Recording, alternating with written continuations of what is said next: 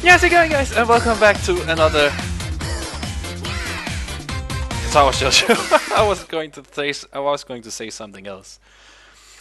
Well, here we go. Normally, this would be a good time to reflect upon the beauty of nature. This is where we last left off, and this is not supposed to happen. Cancel. There we go. But it's 6 a.m. Covering my head with a pillow.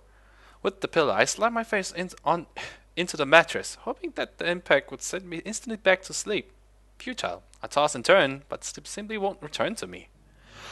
Alright, nature, you won. See? I'm getting up now. The lack of sleep weighs my mind down, and there's only one remedy for this. A nice hearty breakfast. It would be nice to be the first person here, to be the first to dig into a piping hot pile of food, to sit wherever I desire. It would have been nice, but even my exceptionally early start that has put me behind the most diligent students. I guess there are quite a few people that have early starts here, for one reason or another. A group of students in sports clothes huddle around one table, eagerly discussing game plans in between inhaling great gulps of food. Scattering around the hall are the number of bleary-eyed students, probably suffering from the same ailment as myself. Noisy birds. And of course, there are people that actually enjoy getting up this early. The ones with their bags stuffed with textbooks and completed homework. It's hard not to despise people like that, even more so when you're tired yourself. Picking out a familiar face from the thin crowd, I head towards the nearest table. Lily sits alone, delicately feeling her way around the small plate of eggs with her fork. It's almost a shame to interrupt her and her clockwork movements. I wonder, is this how a blind person zones out? Simply moving in predetermined patterns learning over the years, just like how a sighted person would eat while reading a newspaper? Good morning, Lily. I didn't expect you to be here this early. Oh, Isao, you startled me. I didn't know you took breakfast this early. I don't. This is an exception to the rule. I greatly prefer to be late to school than early to breakfast. Lily gives a small sigh to admitted tardiness as I begin eating my food. It doesn't take long for her to lapse back to the previous mindless nibbling. Each short motion lacks energy. I suppose this is similar to letting your eyes wander while performing any ordinary chore. But after a few repetitions of the find food, eat food cycle. Oh, okay. Lily puts down her fork and daps her lips with a napkin. Isao, do you mind if I ask you a question? Damn. All I want is a little food and about 4 hours of sleep, and nobody says, can I ask you a question for a simple question? Sure. Do you think of Hanako as a friend? Huh? It seems like a leading question. I guess so. Why do you ask? No real reason. I do have another question, though. Why is it that you think of her as a friend? Well, this is well above my level. What is she expecting from me? I'm not really sure. I guess it's because she's a little different in the way she deals with people. Since I've known her, she hasn't really connected with anyone. She doesn't seem interested in other people, and I think people are a little scared off by her appearance. Really? I thought that kind of thing was, well, discouraged here, discriminating and such. If I were to put it in one way, she furrows her brow in thought, a move which makes me slightly anxious as to what she's plucking from her mind. I'd say that you're a little naive. Naive? I'd be insulted if not for her slightly cynical grin on her face. I see. While Yamako has a stronger sense of community compared to the other schools, it's far from being free of conflict. Rules cannot remove human nature after all, only suppress it. That's something I've noticed actually. Just little things like how certain people and cliques avoid each other in the hallways. It's no different than my old school, really. Even Lily and Shizune seem to be considered a bit of rivals, even though they both seem fairly accepting people. Well, at least the Misha-tinted Shizune does. Who knows what actually goes on with her fingers and behind her glasses? I guess you're right. But when I first came here, everything was a bit of a shock. I kept on making mistakes, or at least thinking I was making mistakes. Like when we first met, and I said, I see you, I guess. I see you. Blah! What was it? And I said, I see to you. I didn't know if I'd consider it rude or anything, so I tried to just put it in the back of my mind, treating people any differently. And that kind of thing. So I didn't. I told myself that Hanako and everyone else was just normal, and I tried to ignore the obvious. I talked to Hanako as she were any other person, so we became friends. At least that's how I think it happened. But I feel guilty just from saying something like that out loud. As if I took extra effort to think of Hanako or you or anyone here as normal people. I don't think that's right. Isao, I think you are naive, but I also think you are a good person. It is perhaps one of your better traits. Traits. I suppose I can take that as a compliment. Tell me, are you free tonight? If you don't count homework, then I'm as free as a breeze. In that case, would you care to join myself and Hanako for tea? I don't really have that much money at the moment, so going out isn't really... Oh, I didn't mean going out. Just here, this evening. You can access the classroom in the evening here?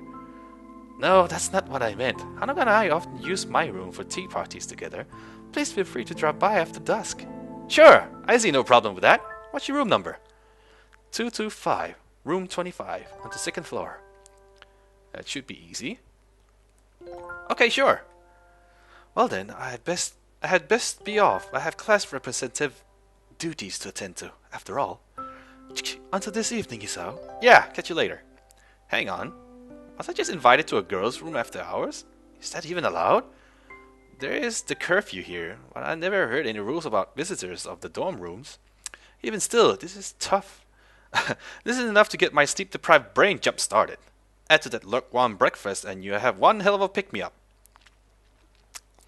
I grudgingly go to class, still a little excited at the prospect of breaking the rules. I feel a little like a kid planning to sneak out of his window at night. But, well, maybe that's going a little too far. But when you compare an invitation to a party to 6 or so hours of lectures, I know which one wins. Misha and Shizune do little to relieve my boredom either. For once, they seem determined to actually complete Moto's assignment. Nevertheless, the day eventually wins to a close. I hurry back to my room to wash up and comb my hair. Thankfully, I don't run into Kenji. For long hours, I am leaving the boys' dorm. I nervously rap on the door marked 225, checking my watch once again. Is that you, Hisao? The door's open. You can come in. Lily's voice lilts through the door and soothes my nerves. This is the first time I've been invited to a girl's room after dark. Even though I know there's no ulterior motive behind this invitation, it doesn't stop my mind running wild with possibilities. One guy, 2 girls, in a dorm room, with a tea set. When I put it like that, it sounds a little dodgy. Giving a small sigh to steady myself, I gingerly put my hand on the handle and opened the door, craning my head to see inside.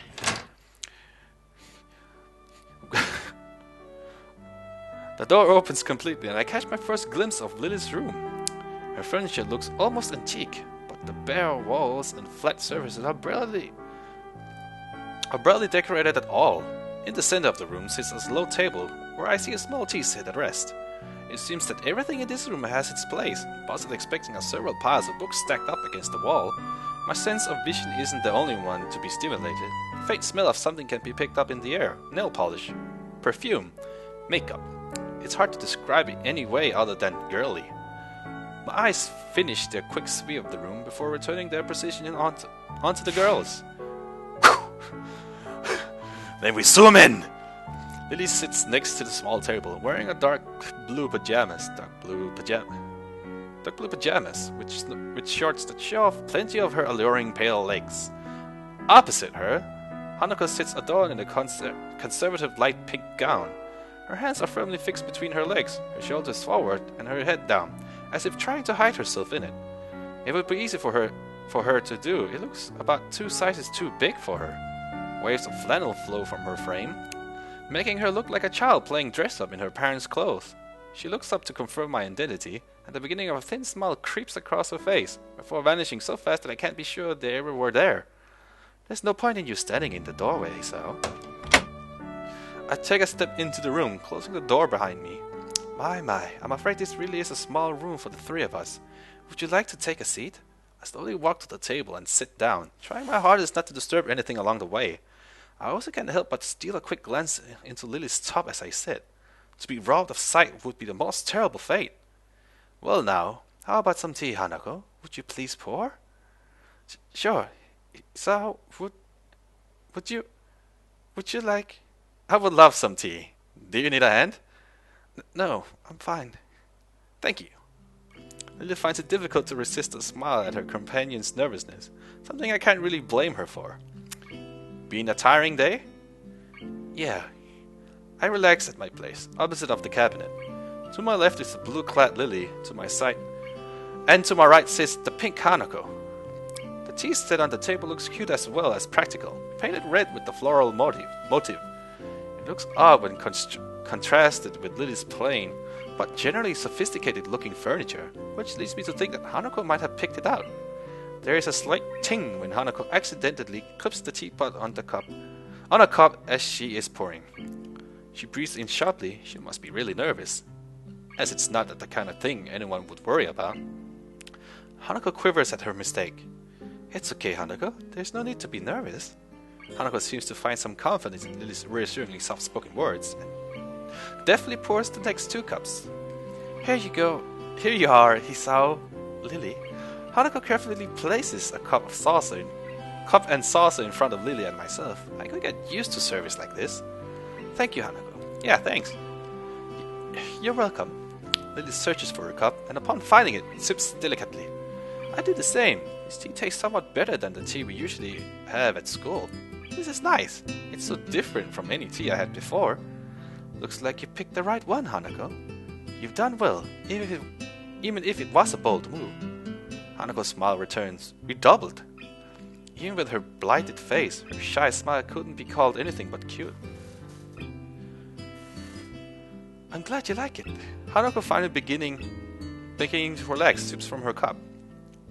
I think back to my chat with Misha the other day. Is Hanako's behavior something to be concerned about? Or is she just shy? And then was Lily earlier this morning. The concern from both of them seemed to be genuine. And they know the situation better than I. But really, how could I possibly help? I'm no plastic surgeon, so I can't really help her appearance, nor am I a psychologist that can make her more sociable. So what the hell do Lily and Misha want me to do?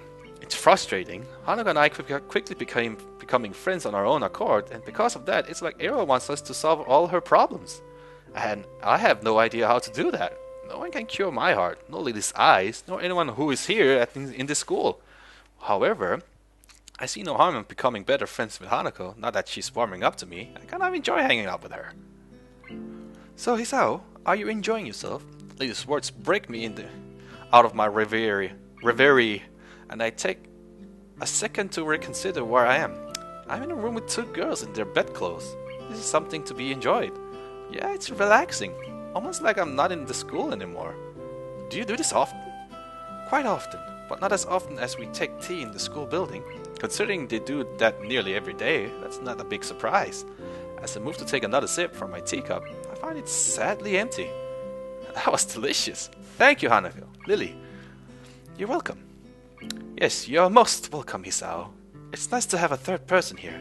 Well, anytime you need someone to fill that position, I'm always available. Always. One must be sure to get one's point across in these circumstances. Lily lets a loose yawn, which she unsuccessfully hides with her hand. Pardon me, I think I'm a little tired. I think we are all a little tired. My, how astute we are tonight, Hanako. We really should head to bed. We all have class tomorrow. Yeah, I should go. Thank you for your presence, Hisao. Thanks. You'll come again? Not even a whole army could stop me. I'm impressed by your determination, Hisao. Either way, you're right. We'd best get her going. I stand up and make for the door. Hanako gingerly stands up behind me. I stop and face her. Are you coming with me? Hanako instantly blossoms into full blush. No, not... This room isn't... It's okay, I was only joking. Oh, okay. Good night. Good night, Hanako. Good night, Hisao. Night all.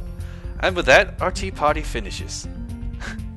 I'm still not sure what it is that Lily wants me to do with poor Hanako, but I don't want to let her down. I wait until the door has closed behind us before turning to Hanako. Hey Hanako, you don't have to be nervous around me or anything. I mean, we're friends, right? Right, we're friends. If you ever want to hang out or anything, just let me know.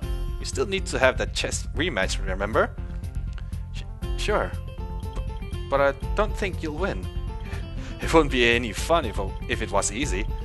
Hanako seems to give a muted laugh, but she could have just as easily been exhaling!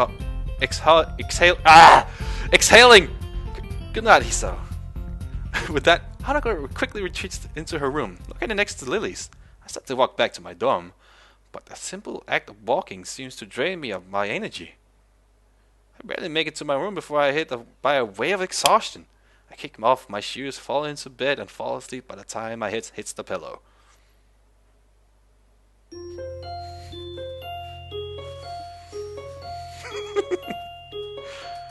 I pull my door closed, ready for another day of classes. Sleep well? Kenji's sudden arrival makes me jump, and I narrowly avoid butting heads with him. I know he has poor eyesight, but he knows who I am now. Does he still have Does he still have to stand this close? Oh, yeah, like a baby. Damn! Why do people say that? Have you ever heard of baby sleep? Heard of baby sleep? They scream all night, every night. Babies don't sleep.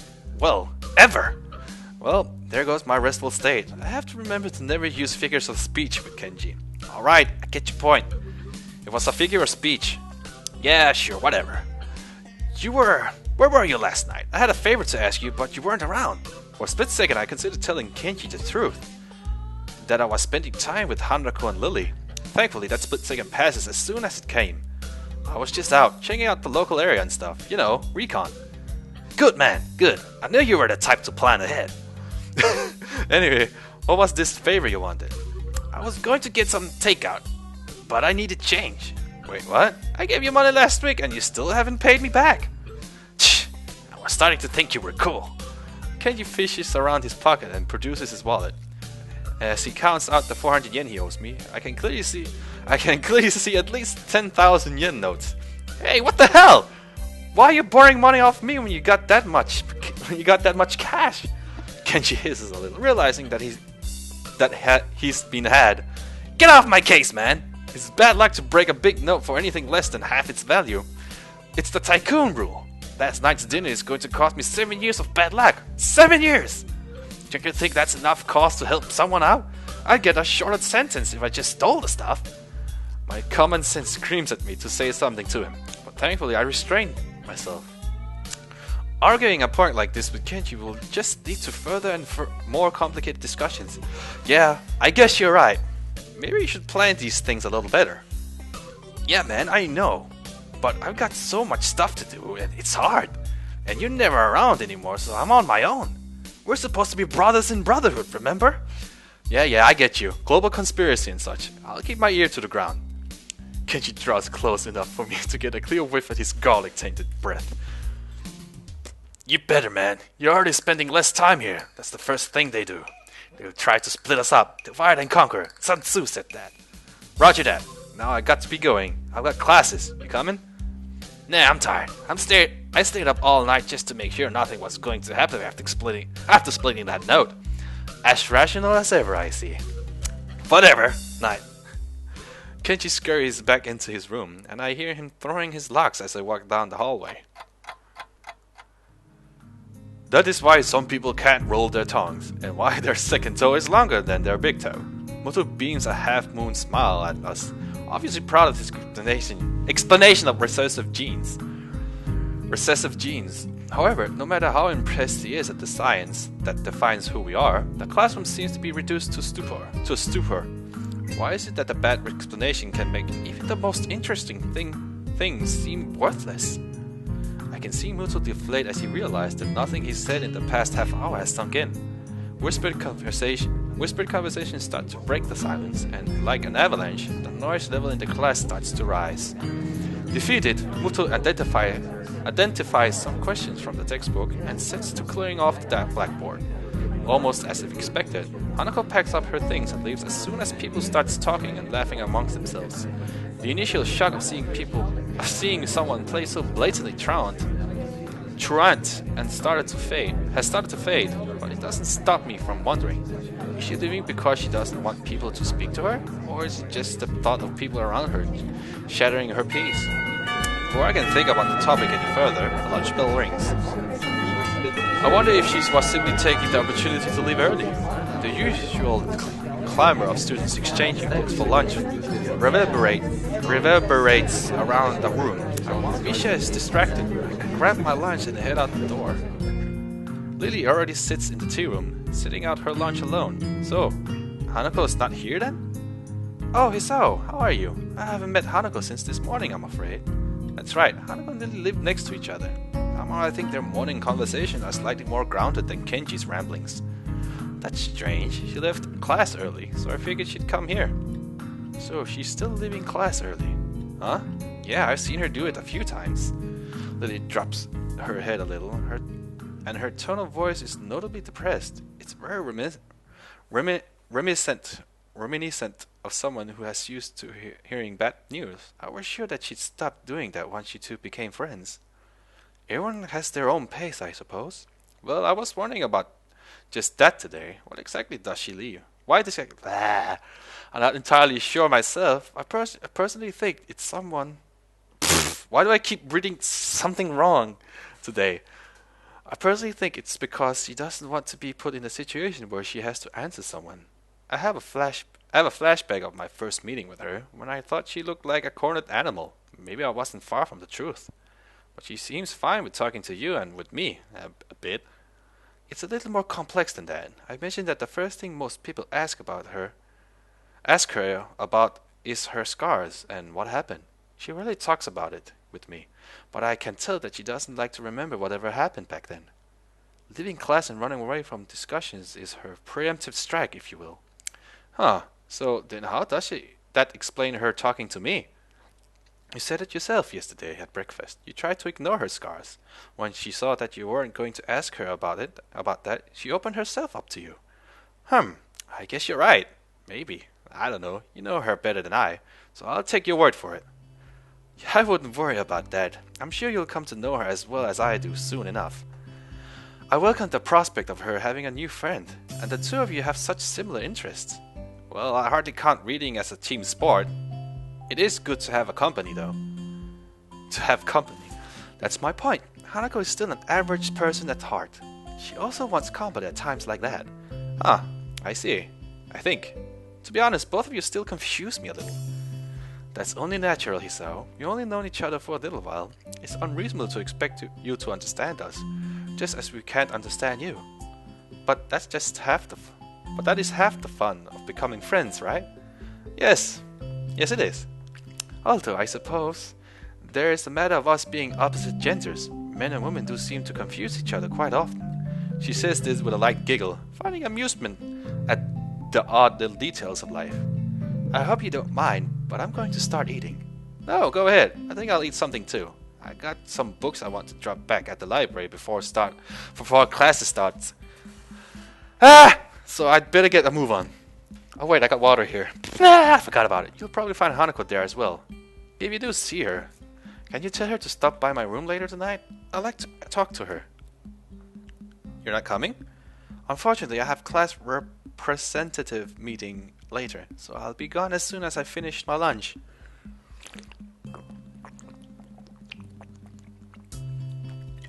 Okay then, if I don't see her at the library, then I'll tell her in class. I'm sure she'll be back after lunch.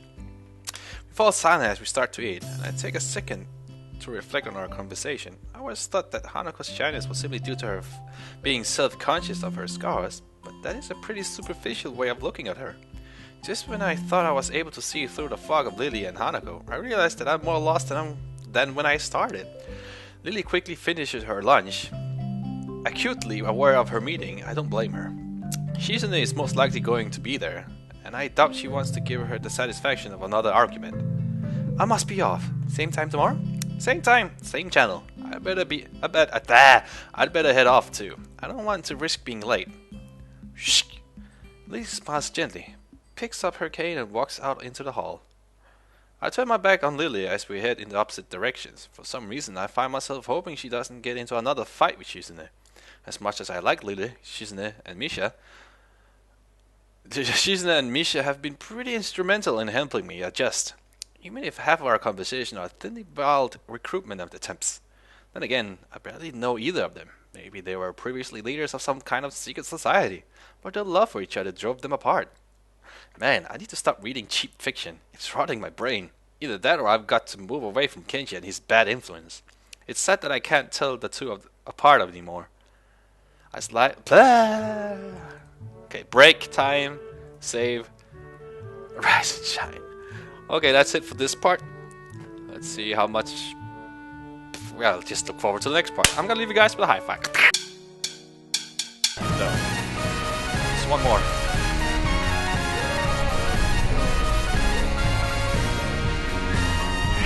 Whoa! Nope, you didn't see me. You didn't see me. Yo, fuck you.